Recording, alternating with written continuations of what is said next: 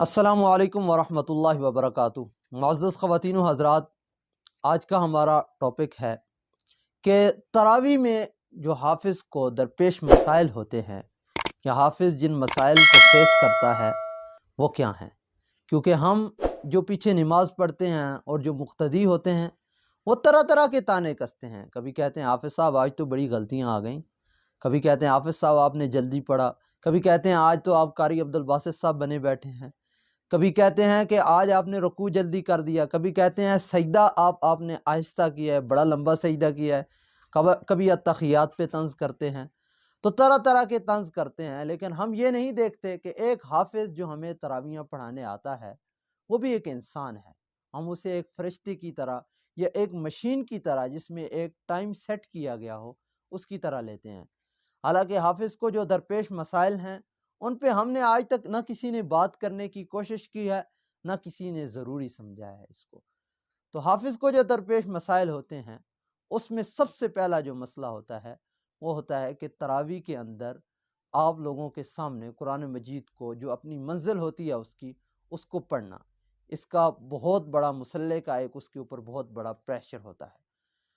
दूसरा जो मसला होता है उसको दरपेश होता है वो ये है कि उसका जो योमिया सबक होता है, यानी एक डेढ़ या सवा सिपारा जो उसका होता है उसको 20 रक्तों में तकसीम करना।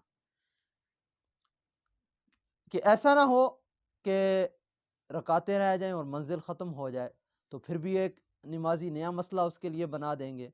तो इसको भी अपनी मंजिल को डिवाइड करना, उसको टुकड़ों में तकसीम करना। और उसके बाद जो तीसरा सबसे बड़ा मसला है और बहुत ज़रूरी और बहुत अहम मसला है गले का, कि हाफिज़ का इसमें गला ना ख़राब हो जाए। और उसके बाद मुक़्तदियों का, कि फ़लाँ मुक़्तदी की ये ख्वाहिश होती है, और जब हाफिज़ मुसल्ले पे चढ़ने लगता है तो 3-4 मुक़्तदी सर में सरगोशी करते हैं, हाफिज़ साहब जल्दी पढ़ना, एक कहता है तेज़ पढ़ना, एक कहता है आहिस्ता पढ़ना।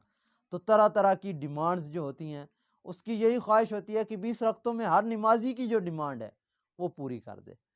उसके बाद जो सबसे एक और बड़ा उसको जो मसला दरपेश होता है वो ये है कि सारा दिन वो कुरान मजीद याद करता है। वो सारा दिन की थकावट, उसकी सारा दिन का जागना, नींद का वो प्रेशर उसके ऊपर, और फिर हाफिज़ को ये भी ख्याल करना पड़ता है कि सैर अफ्तारी जो होती है उसकी, सॉरी, हाफिज़ को ये भी ख्याल करना पड़ता है कि जो उसकी अफ्तारी है उसको थोड़ा करता है, बिल्कुल थोड़ा सा पानी कम पीता है, चाहे जितनी भी प्यास हो। क्योंकि सारा दिन जब बंदा कुरान मजीद पढ़ता है या तिलावत करता है तो कुरान मजीद के अपने असरात होते हैं। इससे आप कभी मुशाहिदा करें, 1 घंटा कुरान मजीद पढ़ के देखें, आपको लग समझ जाएगी। दूसरे तीसरे सफ़े पे हमारे लोग जमाइयाँ लेने लग पड़ते हैं, कहते हैं नींद आ गई है, पढ़ा ही नहीं जा रहा। तो जो बेचारा जो हाफिज़ कुरान सारा दिन पढ़ता है कुरान मजीद, उसका क्या है? उसके बारे में हमने कभी सोचा ही नहीं कि वो मंज़िल याद कैसे करता है, दौर कैसे करता है। उसके बाद फिर हुफ़ाज़ किराम जो होते हैं वो सहरी अफ्तारी के बाद खाना नहीं खाते। वो जाके खाना खाते हैं, जाके आपको तरावियाँ पढ़ाने के बाद जाके सोने से पहले खाना खाते हैं। अब जिस बेचारे ने रात को 10:30 बजे तकरीबन खाना खाया है वो सुबह सहरी कैसे करेगा और वो सोएगा किस वक्त? हम लोग इन बातों का बिल्कुल ख्याल नहीं करते, और इन बातों से हम आगाह ही नहीं है कि एक हाफिज बैक वक्त कितनी चीज़ों पर नज़र रख रहा होता है और किन किन मसाइल का उसे सामना करना पड़ता है। तो खुदा रहा, ये मैं इसलिए नहीं कह रहा कि हुफ़ाज़ किराम कोई काबिल रहम आदमी हैं या कोई काबिल रहम मखलूक है या उन पर रहम किया जाए। जिन पर अल्लाह ताला की रहमतें हों उन पे आप लोग क्या रहम करेंगे। लेकिन मैं ये कह रहा हूँ कि ये आप अपने आप को गुनाहगार ना किया करें, तरह तरह के ताने कस कर, तरह तरह के तंज कर कर। और बिलखुसूस मैं अपने स्टूडेंट्स से ये कर रहा हूँ, और बार लोग ऐसी बातों को अच्छा नहीं समझते। वो समझते हैं कि हाफ़िज़ साहब हमें नसीहत करते हैं, और बाज़ लोग मुझसे इल्म में ज़्यादा होते हैं, मेरी ये टूटी-फूटी बातें वो समझते हैं मैं उनको नसीहत कर रहा हूँ। नहीं, उनको मैं अपना सबक सुना रहा हूँ।